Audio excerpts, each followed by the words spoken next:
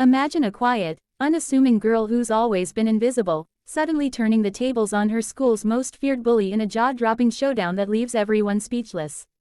In just 10 seconds, she flips the script, unleashing a hidden strength no one saw coming, but what secret fuels her courage, and what shocking twist changes everything?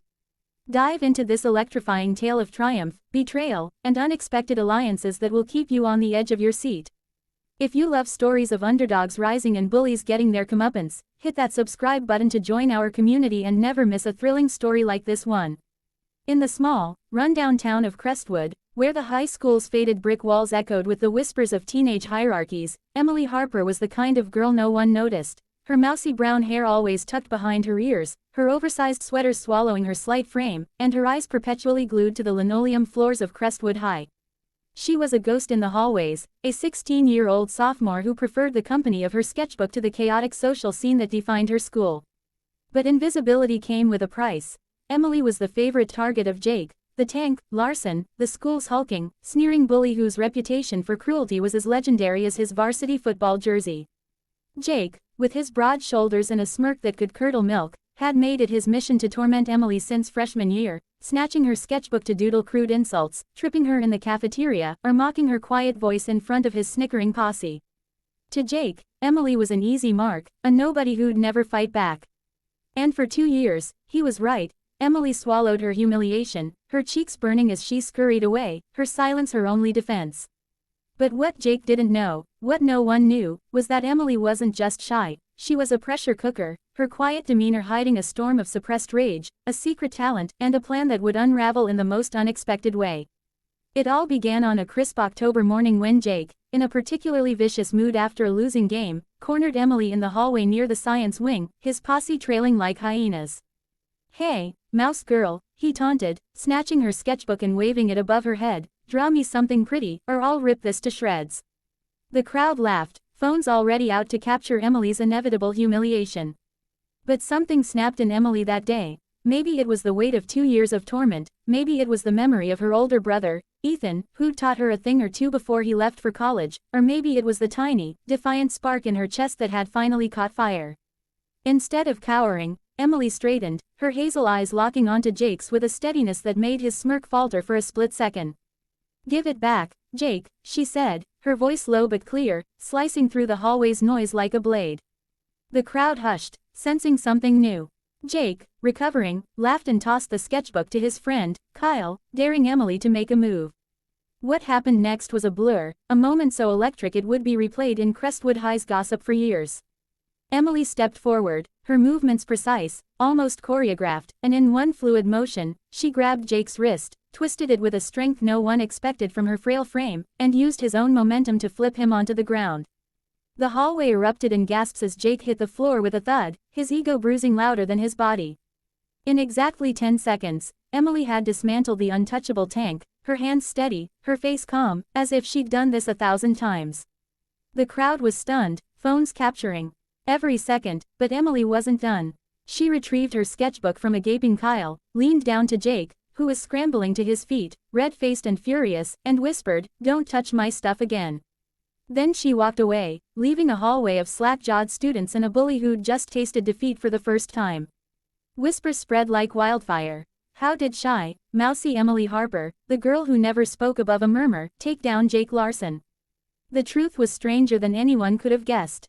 Emily hadn't just been doodling in her sketchbook, she'd been training in secret for months, ever since Ethan, a former martial arts prodigy, had started teaching her self-defense before he left for college. Every evening, in the cramped basement of their modest home, Emily practiced Krav Maga, a brutal, efficient fighting style Ethan swore by. He'd seen the toll Jake's bullying took on his sister and decided she needed to know how to protect herself. "You're stronger than you think, Em," he'd said, drilling her on wrist locks and pressure points until her muscles ached but her confidence grew. Emily kept it a secret, not wanting pity or attention, but the skills became her armor, her quiet rebellion against a world that underestimated her.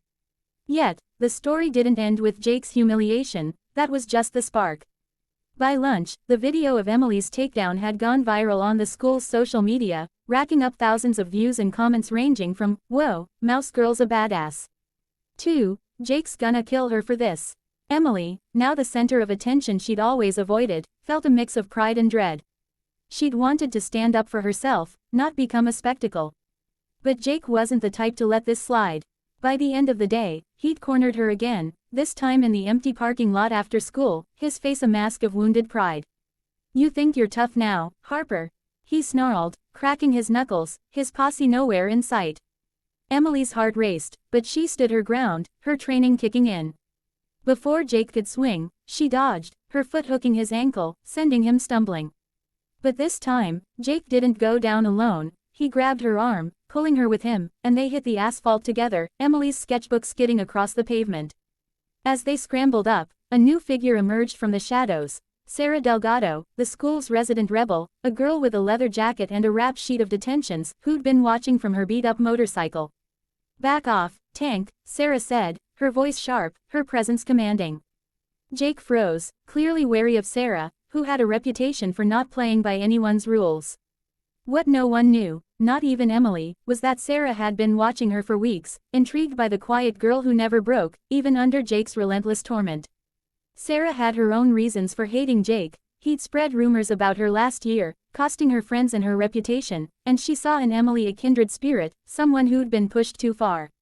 "You okay, Harper?" Sarah asked, tossing Emily her sketchbook.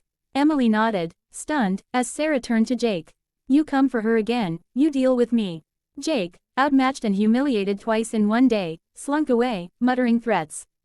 The parking lot showdown became the second viral moment, cementing Emily's legend and sparking an unlikely alliance.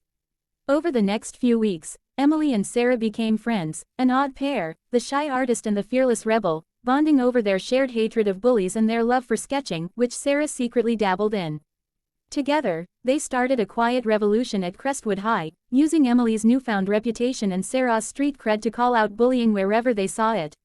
They created an anonymous art project, plastering the school with sketches of students standing up to their tormentors, each piece signed with a simple E&S. The project caught fire, inspiring others to speak out, and Jake's reign began to crumble as his posse dwindled, his power fading with every new sketch. But the biggest twist came when Emily discovered something shocking in her sketchbook, which she'd left in the art room one day. Tucked between the pages was a note from Jake, scrawled in his messy handwriting, "I'm sorry. I didn't know you were that strong." It was unsigned, but Emily recognized his writing from the insults he'd once scribbled in her margins. The note shook her. Jake, the untouchable bully, was apologizing. She showed it to Sarah, who scoffed but admitted, "Maybe he's scared of you now." Emily wasn't sure what to believe, but the note planted a seed of doubt. Was Jake just a coward hiding behind his bravado, or was there more to him? Her answer came at the winter talent show, where Jake, of all people, took the stage, not to perform his usual loud-mouthed antics but to read a poem, an awkward, heartfelt piece about growing up in a home where his dad's anger ruled, where he'd learned to lash out to feel strong. The crowd was silent, stunned, as Jake's voice cracked, his eyes avoiding Emily's in the audience. It wasn't an excuse, but it was a glimpse into the boy behind the bully, and Emily felt a pang of something she hadn't expected, empathy. After the show, she approached him, her sketchbook in hand, and handed him a drawing, a sketch of a boy breaking free from chains, his face half hidden but unmistakably Jake's. "You don't have to be that guy," she said simply. Jake took the drawing, his eyes wide, and for the first time, he didn't have a comeback. The next day, he stopped a freshman from being harassed in the cafeteria, his voice gruff but firm, and Emily realized her 10-second takedown had done more than humiliate Jake, it had cracked open a door to change. By spring, Crestwood High was different. The E&S sketches had inspired a school-wide anti-bullying campaign, Jake had quit the football team to join the poetry club, and Emily was no longer invisible. She still wore her oversized sweaters, but her head was high, her sketchbook now filled with portraits of strength, hers, Sarah's, even Jake's.